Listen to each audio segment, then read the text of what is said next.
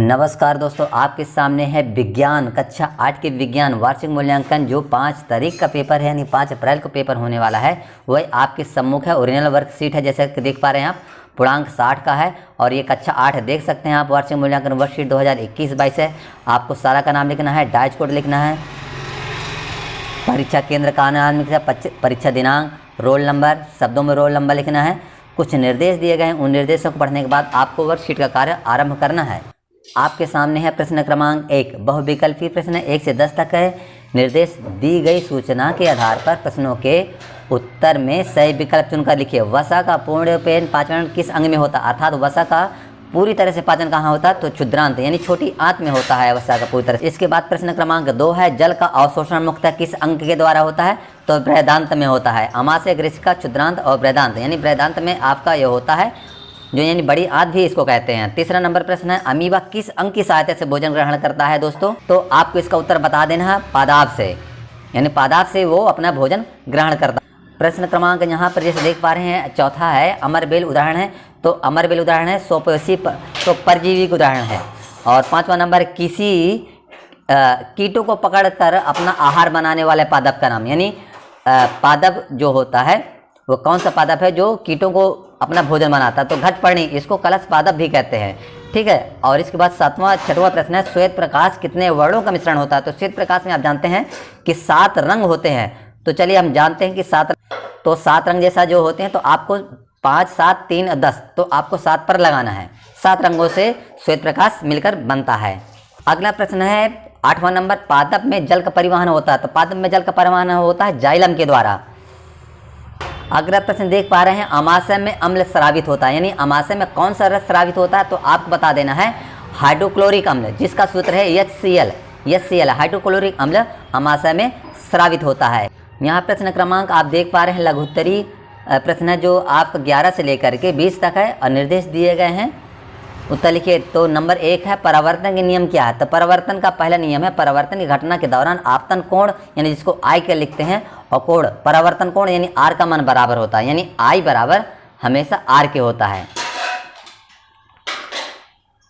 और दूसरी इसकी शर्त है, परावर्तन की घटना में आपतित किरण, परावर्तित किरण और अभिलंब तीनों एक ही तल में होते हैं। तो इसको आप देख सकते हैं, परावर्तन के नियम है तो 2 तरह के ये रहते हैं, 2 घटनाएं होती हैं। इसके बाद प्रश्न क्रमांक हम 12 पर चलते हैं। प्रश्न नंबर 12 है, विद्युत लेपन किसे कहते हैं? दैनिक जीवन में विद्युत लेपन के उपयोग बताइए। तो जैसे देख पा रहे हैं, उत्तर विद्युत धारा द्वारा धातुओं पर लेपन करने के विधि को विद्युत लेपन कहते हैं। बहुधा लोहे की वस्तुओं को संरक्षण से या संक्षारण से बचाने तथा चमक के लिए उन पर तांबे, निकिल अथवा क्रोमियम का लेपन किया जाता है।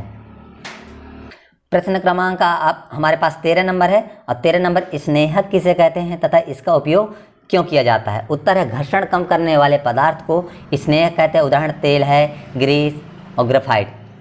और उपयोग यानी कुछ मशीनों में स्नेहक के रूप में तेल का उपयोग किया जाता है। मैकेनिकल मशीनों में गतिशील भागों के बीच ग्रीस का उपयोग किया जाता है। इसके बाद अगला प्रश्न है 14 नंबर है। 14 नंबर प्रश्न है, सर्पी घर्षण स्थैतिक घर्षण से कम क्यों होता है?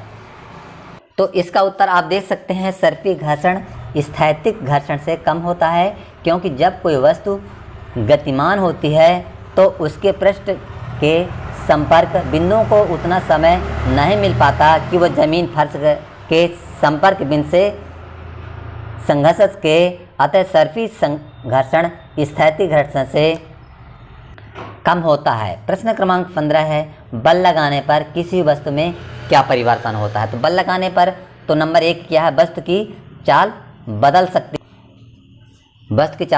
है। दूसरा, वस्तु की गति की दशा में परिवर्तन हो सकता है, यानी दशा में है कुछ, उसके आकार में परिवर्तन हो सकता है। और इस तरह करके बल लगाने से वस्तु में परिवर्तन होता है। प्रश्न यहाँ उत्तर 16 नंबर है, पादप कोशिका में कोशिका भित्ति पाई जाती है जिसका निर्माण सेलुलोज से होता है, जबकि जंतु कोशिका में कोशिका झिल्ली पाई जाती है जो अर्ध पारगम्य होती है। पादप कोशिका में हरित लवक पाया जाता है, जबकि जंतु कोशिका में हरित लवक नहीं पाया जाता। तो आपको पादप कोशिका और जंतु कोशिका में अंतर बताने के लिए आपको यहाँ पर यह प्रश्न क्रमांक 16 दिया गया है, जिसे आप बढ़िया देख सकते हैं। प्रश्न क्रमांक यहाँ 17 दिया गया है, कोशिका के 3 मुख्य भाग हैं, कोशिका झिल्ली है और केंद्रक है। कोशिका झिल्ली हो गई, कोशिका द्रव्य है जिसमें छोटी छोटी संरचनाएं पाई जाती हैं, और तीसरा है केंद्रक है। ठीक है, तो ये चीज़ है कोशिका के मुख्य 3 भाग। फिर उत्तर हम 18 नंबर बता रहे हैं, अम्ल वर्षा। यानी अम्ल वर्षा कैसे होती है? तो अम्ल वर्षा का प्रमुख कारण वायुमंडल में मानवीय क्रियाकलापों के कारण सल्फर डाइऑक्साइड व नाइट्रोजन ऑक्साइड के अत्यधिक उत्सर्जन के द्वारा बनती है। यही गैसें वायुमंडल में पहुंचकर जल में घुलकर क्रिया करके सल्फेट तथा सल्फ्यूरिक अम्ल का निर्माण करती हैं। जब यह अम्ल वर्षा के साथ धरातल पर पहुंचती हैं तो इसे अम्ल वर्षा कहते हैं। तो ये अम्ल वर्षा का ये आपका उत्तर हो जाता है। इसको आप देख सकते हैं वीडियो को रोक करके। इसके बाद उत्तर नंबर 19 है, पेट्रोलियम के निर्माण, यानी पेट्रोलियम कैसे बने हैं इनका बताना है। पेट्रोलियम का निर्माण समुद्र में रहने वाले जीवों से हुआ। जब ये जीव मृत हुए तो इनके शरीर में समुद्र के पेंदे में जाकर जम गए और फिर रेत तथा मिट्टी के द्वारा ढक गए। लाखों वर्षों के बाद ये उच्च ताप और दाब ने मृत जीवों को पेट्रोलियम और प्राकृतिक गैसों में परिवर्तित कर दिया। तो ये हो गया। इसके बाद उत्तर नंबर हम 20 पर चल रहे हैं। प्राकृतिक गैस जो उच्च दाब पर संपीड़ित प्राकृतिक गैस यानी सीएनजी के रूप में भंडारित किया जाता है। सीएनजी का उपयोग ऊर्जा उत्पादन हेतु किया जाता है। एक स्वच्छ ईंधन सीएनजी का अधिक लाभ यह है कि इसे घरों और कारखानों में सीधा जलाया जा सकता है। यहाँ इसकी आपूर्ति पाइपों के माध्यम से की जा सकती है।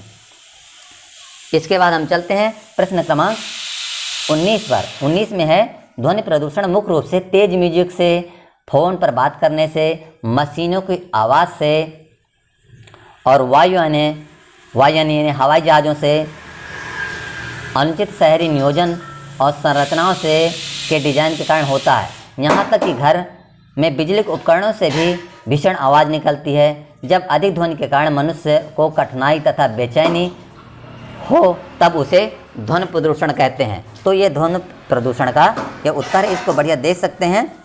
ध्वनि प्रदूषण 2 प्रकार का होता है, एक प्राकृतिक स्रोत के द्वारा होता है, दूसरा मानवीय क्रियाओं के द्वारा होता है। तो प्राकृतिक स्रोतों में बादल की बिजली के गर्जन से, अधिक तेज वर्षा से, आंधी से, ओलावृष्टि से होता है। मानवीय क्रियाकलापों द्वारा शहरी क्षेत्रों में स्वचालित वाहनों से है, कारखानों से है, मिलों से हैं, रेलगाड़ियों से, लाउड स्पीकर से है, रेडियो, दूरदर्शन, बैंड बाजा, धार्मिक पर्व, उत्साह, चुनाव अभियान, आंदोलन, कूलर, पंखा, यानी बहुत सारी चीज़ों से इस तरह करके मानवीय क्रियाकलापों के द्वारा ये ध्वनि प्रदूषण होता है। दोस्तों, like, share, comment on the video and subscribe our YouTube channel Technical Ramsa and press the bell icon. Thank you.